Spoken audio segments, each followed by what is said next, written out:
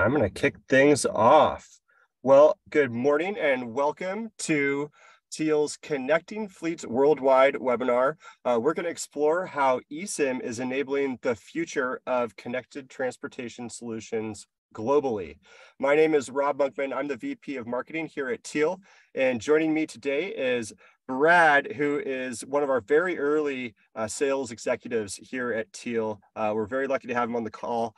Prior to jumping into the eSIM technology game, Brad was a successful IoT sales team member at both Sprint and T-Mobile, so he's got a lot of knowledge in the space. And so we're really looking forward to covering some of these topics today. So we're going to start with some of the common connectivity challenges that fleet operators and fleet solution companies are facing today. We're going to go over a brief introduction to eSIM. We know that many of you may already be familiar with eSIM, but for those of you that aren't, this will be a great eSIM 101 discussion, and then we'll go into some of the benefits as it applies to all of you who are joining this webinar today. We'll show you what success looks like with some customers that are already taking advantage of eSIM technology, and then we'll open it up for some Q&A at the end of the discussion. So with that, I'm going to turn it over to Brad, and Brad, you can take it from here. Cool, Rob. Thanks everyone for having me on the call. I love talking about this stuff. As Rob mentioned, I spent some of my career at the mobile network operators. I think I've had the privilege of cellular enabling just about every device that can be cellular enabled. Those of you who have been in this business for a long time know that I think the genesis of IoT happened to be in mobility. By the way, if you think back to historically the fleet tracking applications and that type of thing, and it's evolved. With 5G and stuff like that, we have fixed wireless opportunities, but nevertheless, mobility is still a huge aspect of IoT. But therein, lie some challenges, right, for cellular enabling devices that transit from point A to point B. And Rob, you and I've talked about this probably in depth, but with if you have a single carrier, arrangement, or you get a SIM from Verizon or T-Mobile or AT&T, you'll run into dead areas occasionally, as the device moves from, say, California to Arizona or something along those lines. And you're somewhat in suspense until the signal's reacquired. A lot of carriers roam on each other's networks, but that has fleas, as I often say as well, because they, roaming arrangements are kind of interesting. I don't think it's funny, and I don't want to offend any of our carrier friends out there, but I don't think the carriers really like each other that much to where they wouldn't want to really allow each other to roam on their networks. But they do anyway, based on bilateral roaming agreements between the carriers. But those are often throttled at a certain level and deprioritized on the network. So, if you have devices that are moving around the country and around the world and things like that, usually there's connectivity issues at some point. The other aspects of this, a lot of our customers historically have tried to get around that by having multiple carrier configurations on their device. But this leads to an operational burden.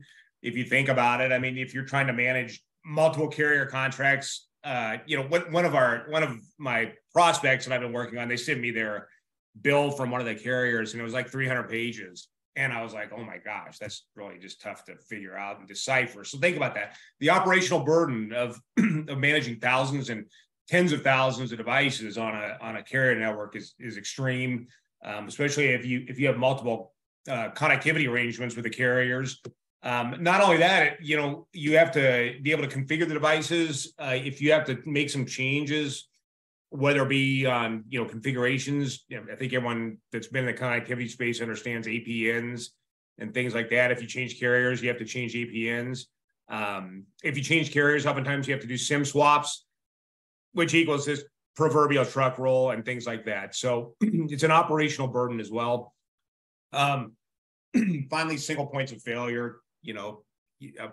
Approaching a single connectivity arrangement with a carrier, there's really no redundancy. You're kind of in suspense until the signal is reacquired. And that works on if it's a device that's just just sending GPS coordinates over the cellular network.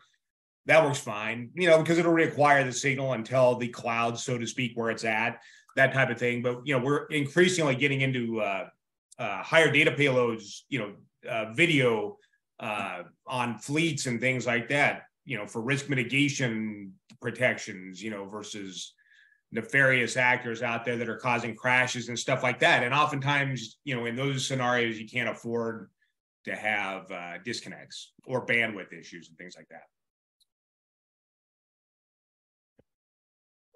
Excuse me, I talked so much I had to take a quick drink here. But anyway, so connecting Teal connects any fleet in the world. We have some great customers. We love our customers. Oftentimes we've evolved with them as their technology evolves. At the end of the day, this is the Teal sales pitch here, Rob. But we're a credentialing platform. We store carrier profiles in a GSMA approved secure SaaS environment and can provision those profiles over the air onto the devices. Okay. This liberates all these logos you see here. It liberates them from having to manage multiple carrier contracts, totally de-risks, their connectivity arrangement, because, you can roll back and provision new carrier profiles based on needs and the like. And by the way, it's one APN, one bill, one SKU. And so it's a lot less of an operational headache to manage Teal. But don't take our word for it. Like I say, we have some excellent customers. But let me speak in general terms of a great customer of ours, an early customer too, by the way, called SafeFleet. They're one of our early customers. They make a huge variety of fleet and safety products, many of which are mobile. Okay. And by the way, they're global in nature too. So they have a wide range of destinations required for connectivity. And based on that, like I mentioned before, they're able to make use of the single SIM, the single programmable SIM, the single configuration, and deploy their OEM devices globally. And this goes back to the need to manage multiple carrier contracts if you're shipping globally. Teal totally absolves SafeFleet of that burden, helps them maintain the connectivity of their devices, and thereby, in my opinion, I speak in terms of de-risking things all the time. By the way, whether it's in terms of de-risking your business or your customer's business, because Teal provides the ultimate flexibility of managing carrier connectivity. The whole value proposition has to do with de-risking and de-expensifying your connectivity needs. So Teal's for transportation, and by the way, Rob, this doesn't even totally apply to transportation. I think this applies to fixed wireless as well. But I talk in terms of programmability and reprogrammability. Sorry, I stumbled on my words there. Programmability and reprogrammability of Teal SIMs. You can provision a carrier profile, single carrier profile, or an MVNO style profile. I call that the Frankenstein profile, by the way. But you can construct multi-carrier profiles or single native profiles to be provisioned over the air onto your edge device, onto a Teal SIM. And if you want to change that, that's the reprogrammability aspects, based on connectivity, attributes, needs, that type of thing. Point two, I mentioned the native profiles, the native credentials. Teal is from my reckoning, we're the only company out there that provides native connectivity profiles to our customers. Oftentimes, some of our competitors have a single profile with a single carrier, and then they offer other carriers by offering roaming agreements that those donor carriers have with other carriers in the marketplace. Teal provides native credentials, and this is the same as going to the AT&T store down the street and getting an IoT SIM from the AT&T store. It's a native carrier ICC ID and a native carrier MZ. So just like having that carrier SIM in the device, meaning you're not deprioritized, you get the best performance, you don't have to roam. Um, and then the programmability piece, I mean, I love that because it's that point four is that total ultimate freedom and control. You're no longer locked in and you no longer have to worry about redundancy issues, which I think is great. Yeah, and you mentioned I want to expand a little bit on the prioritization aspects of this. This recently for me is starting to be an emerging recurring topic for me. And with Teal offers roaming style profiles as well. I call them as I mentioned, the Frankenstein profile or the MVNO style profile. And a ton of our business in the U.S. uses that. We have a triple carrier, U.S. triple carrier, AT&T, Verizon, T-Mobile profile. And they roam on each other's networks, and they switch automatically and that type of thing. But there is a drawback to that type of profile because it's deprioritized on the network it's on. Okay, I had a customer. This was actually a fixed wireless application, but they do gunshot public safety triangulation, and there was a rodeo in San Antonio or something like that. And, there was a ton of people that were hitting the native cellular network at the time, and they noticed some signal degradation on their devices. So it's a real thing. And Teal solves for that, though, by allowing for the over-the-air real-time provisioning of data profiles on demand. So theoretically, you could switch from a MVNO style profile to a native profile and then switch back after an event, that type of thing. So that therein lies the flexibility that, Teal provides our customers. Operating agreements, good grief, Rob. I don't even know how many countries we represent at this point. Is it like 225, something like that? Yeah, no, it's a great, there's a lot of connectivity providers that'll say, we're global, we offer connectivity in 50 countries. That's limited for Teal. We offer connectivity all over the world, 196 countries, with I think over 3,500 ways to access these networks, which is fantastic from a flexibility standpoint. For sure. I mean, like I alluded to, we have a ton of business here in the United States, but a lot of our customers are OEMs that ship globally. I have devices. I've video distracted driving camera devices in Turkey, all over the Middle East, Africa. Some countries are more amenable to cellular than others. By the way, I mean, we do see the existence of 2G even in some areas, and by the way, Teal supports that as well. Again, we can provision if the carrier supports a certain network protocol, that type of thing. We support it as well if we support that carrier. Okay. Moving on to point 4, the freedom and control. I mean, we've been talking about this since the get-go. I love this, but our CEO often talks in terms of democratizing carrier connectivity, and I think he's spot on. I mean, democratization, that's a very dramatic term, right? But we do democratize it. We allow people to have control over what carriers they're connected to based on locality, based on region, based on country, that type of thing. And we allow them to change it. Okay. And I say this too much probably all the time, but it's one configuration and one bill and one SIM. Okay. And there's a lot of value to that. Finally, point 5, I love this one, the GSMA certification. If you talk to our engineering, let me geek out here for a second. Teal wholly owns our own over-the-air provisioning mechanisms. That's an SMSR and SMSDP. Okay. We own the software for that. Okay. And the secure cloud environment. We're GSMA certified. If you talk to our engineering, that was no picnic to get GSMA certified. There was a lot of hoops to jump through. A lot of it has to do with the security, encryption of data, and the viability and security of the over-the-air connection. Highly secure, and therefore, we're able to operate in healthcare environments. I have a few defense engagements that I've done as well, government related stuff, and then the normal consumer stuff as well. So The GSMA certification is a pretty significant differentiator for Teal as things stand today. Absolutely. So to sum it up, we across the top, we have the TO offering versus MVNO offerings and mobile network operator offerings. By the way, all these people are our friends. We have relationships with all the US MNOs for sure, and that's expanding internationally as well. We also have great relationships with the MVNO community as well. They're friends of Teal.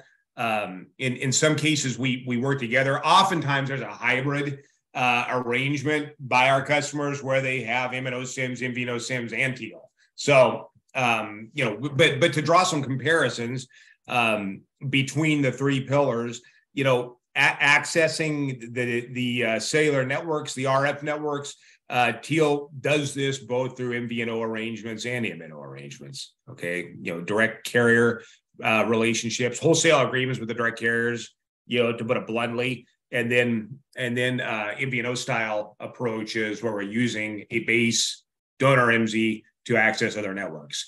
MVNOs, they approach it through the carrier offerings are usually run on roaming agreements, between their carriers, their carrier partners, and then everyone knows how the mobile network operators operate. They manage and run their own radio access network infrastructure, et cetera. From a profile perspective, we speak in terms of profiles or carrier credentials. So I've harped on this on this call, but we allow for the over-the-air provisioning of carrier profiles on demand. The MVNO approach is to predefine the carrier profiles on the card and afford switching that way.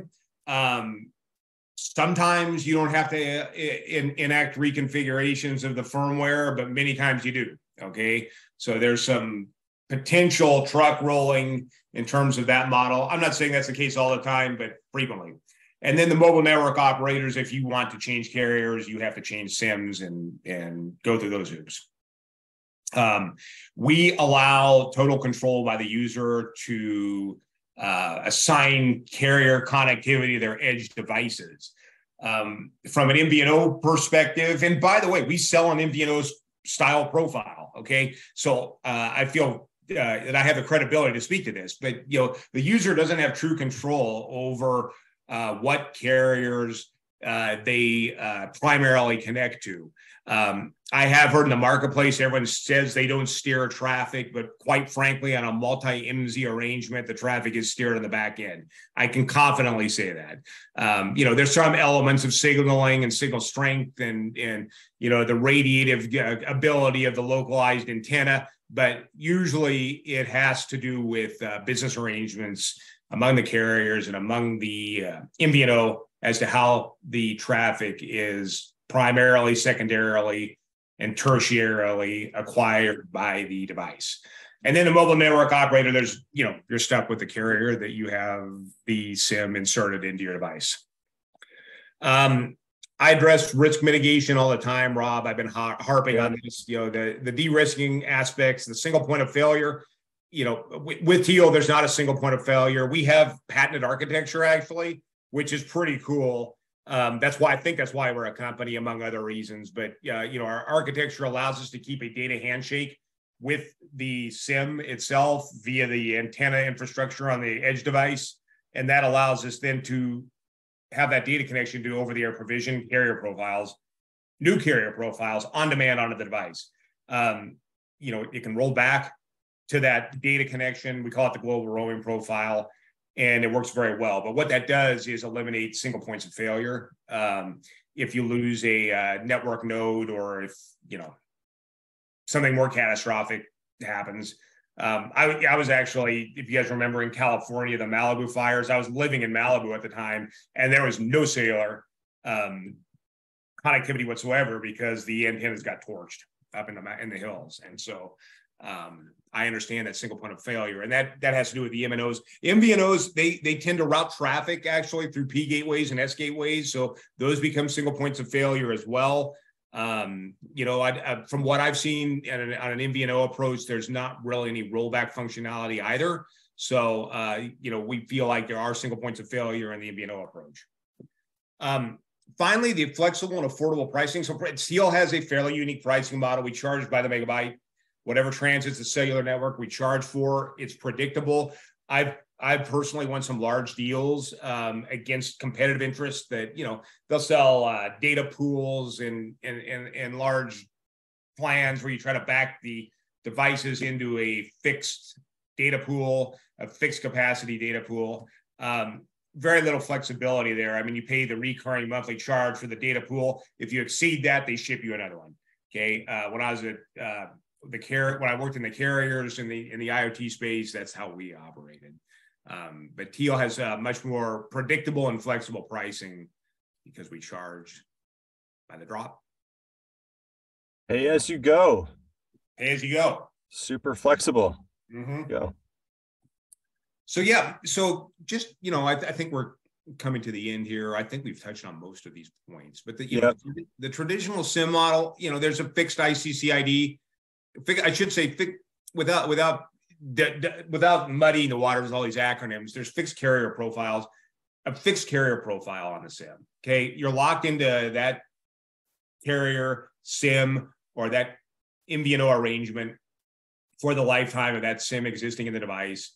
If you want to affect changes to your network connectivity, there's a lot of hoops you have to jump through. The least fun of all is driving out into the middle of nowhere and swapping SIMs. Or I've had customers have to crack open their device, by the way, and get into the PCB and swap SIMs that way. And again, it's just whatever. At the end of the day, it's more of a risky proposition. So Teal, being the democratized connectivity that we are, provides the flexibility to choose the carriers on demand. With the over-the-air provisioning capabilities, you can change networks on demand. Here's a good anecdotal story as well. Several of my really long-standing Teal customers started out using plastic SIMs with Teal and then moved to the MFF2 form factor, which is the small chip that you just solder onto the board. So they're able to reduce their footprint, right, in terms of the apparatus that exists on the printed circuit board, but they can also, because of the carrier switching capabilities of Teal, they're very comfortable doing that. It's a true eSIM, so to speak, because they're able to switch carriers wherever those devices end up, and it's awesome. It's awesome to see that moving from the plastic. And by the way, it's a more stable connection anyway. When you talk about mobile and transitory devices, those things bounce around, they rattle around, and that type of thing. So I think it's a pretty good approach. One, I mentioned before, one SKU, which means one SIM for the lifetime of the device, one APN, one configuration. We protect against that network outages. If one of the networks is doing something that our customers don't like, you can just provision a new carrier profile onto the SIM and away you go. And, we talk about the operational costs as well. Have we quantified that yet, Rob? We got to put dollars, pennies. We have with some of our customers, and it's quite substantial when you look back. Over the course of a year, we're talking about millions of dollars in cost savings, and then not to mention the savings in your data rates because of our flexible pricing and affordability. So the cost savings are real. Not to mention that just the opportunity cost of spending time managing multiple contracts and multiple vendors, the opportunity cost of having to go out in the field and perform SIM swaps, that takes time and money and effort. And so we're eliminating all of that. And to your point, I'll beat it to death that, it's one eSIM SKU, one bill, yeah, and it just completely streamlines your operations. So it's really that simple. Yeah, we do beat that to death. But we should. I mean, we're the only game in town that does that. It's fantastic. Okay. Well, it's sounding like a big sales pitch here, but anyway, again, I'm joking around here, but we reduce the complexity. We beat that into the ground. I will stress the global connectivity. Most of my customers are global in nature. By the way, we started I've been at Teal for 2 years. We started I started working on just OEMs that ship devices globally, but now we're in large enterprises. By the way, Fortune 50 enterprises. Sometimes they have specific use cases. Other times they're looking for an SD-WAN fallback. Okay. But the Teal value proposition is resonating there. And oftentimes, and I will say, I'm always deferential to our mobile network operators, the MNOs. Most of our customers have existing relationships with the MNOs.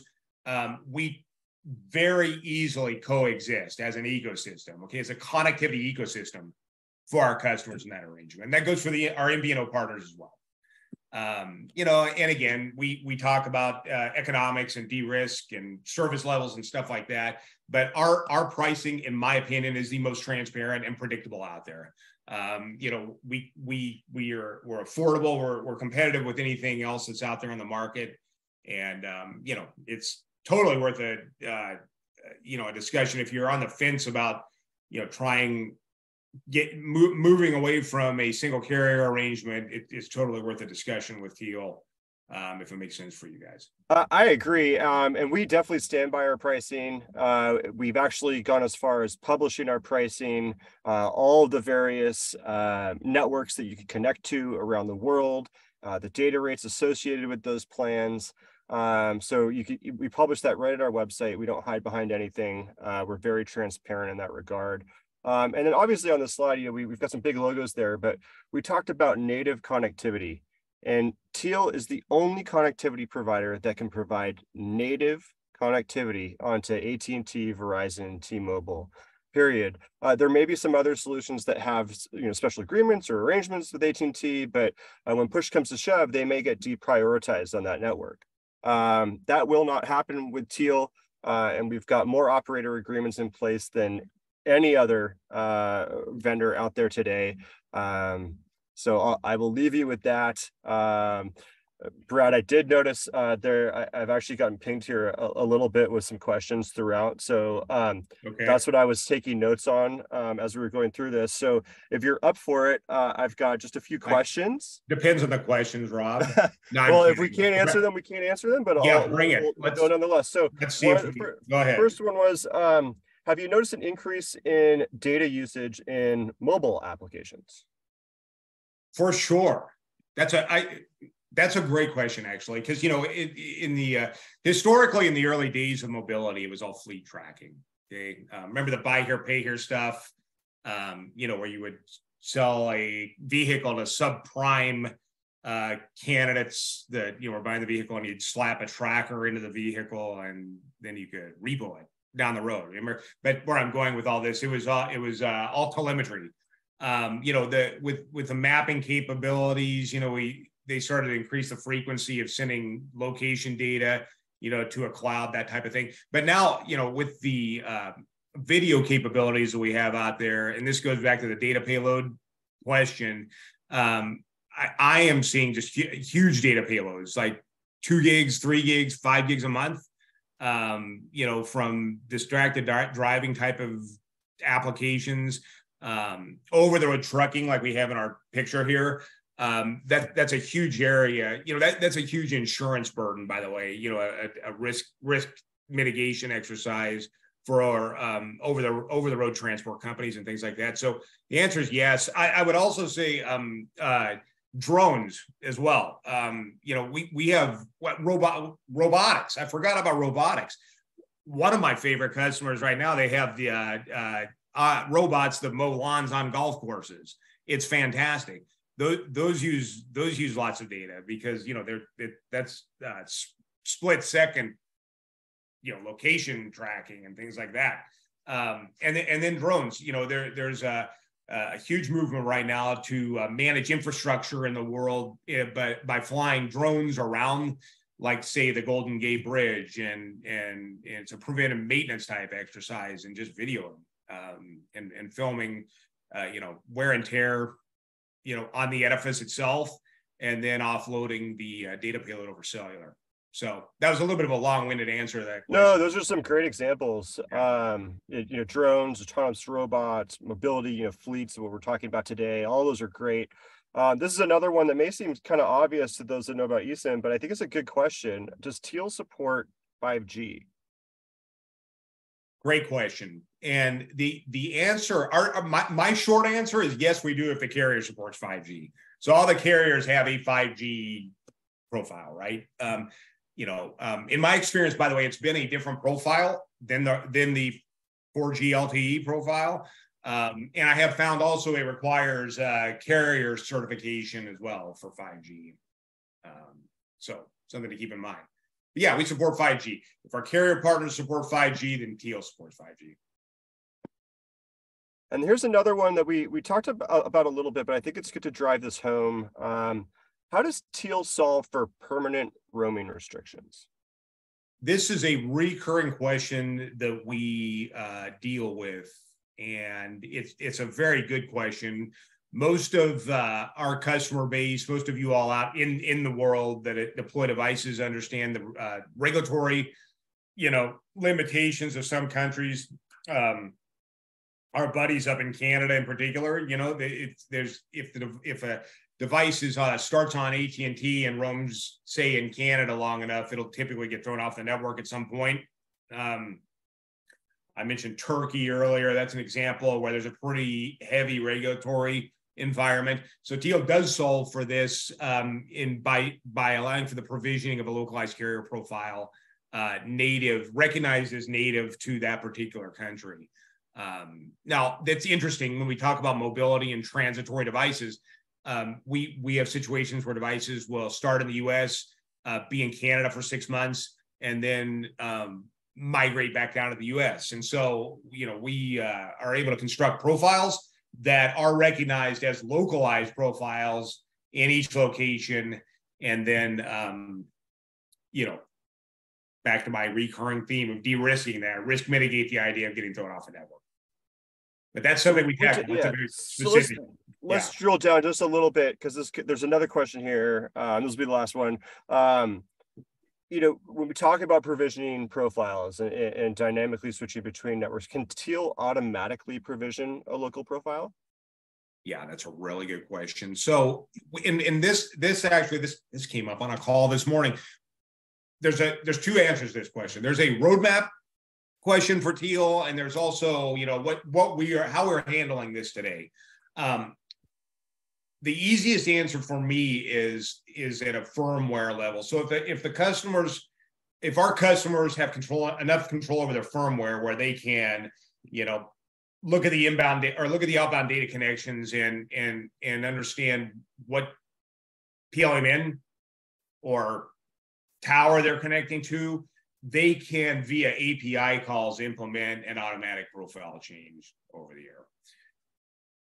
That's a lot to ask. That's somewhat of a heavy lift from a programming perspective. Although we have customers that are so technically adept that they can probably do it overnight. So I don't want to minimize that. But we do have a roadmap item down, in the future, and that will be on the Teal side, to where we will look at the PLMN and then recognize that the device is in a certain geography or certain region, and then auto provision the correct local operational profile over there. So very cool. Yeah, I don't want to overpromise. Rob, you know me. I try to under promise and over deliver, but Yep. just to be transparent, that's kind of where things stand today. Yep. But that's kind of a good way to end this, because one, I wanted to thank everybody for tuning in today to our Connecting Fleets Worldwide. I think this has been a great discussion, and thank you, Brad, for hosting today. If you want to learn more about Teal Solutions, including our connectivity marketplace, which literally is like an app store where you can go and click on a network tile, just like an app tile, and download that profile onto any device anywhere. It's really slick. So definitely check out tealcom.io and learn more today. Again, that's www.tealcom.io. Thanks, everyone. Thank you.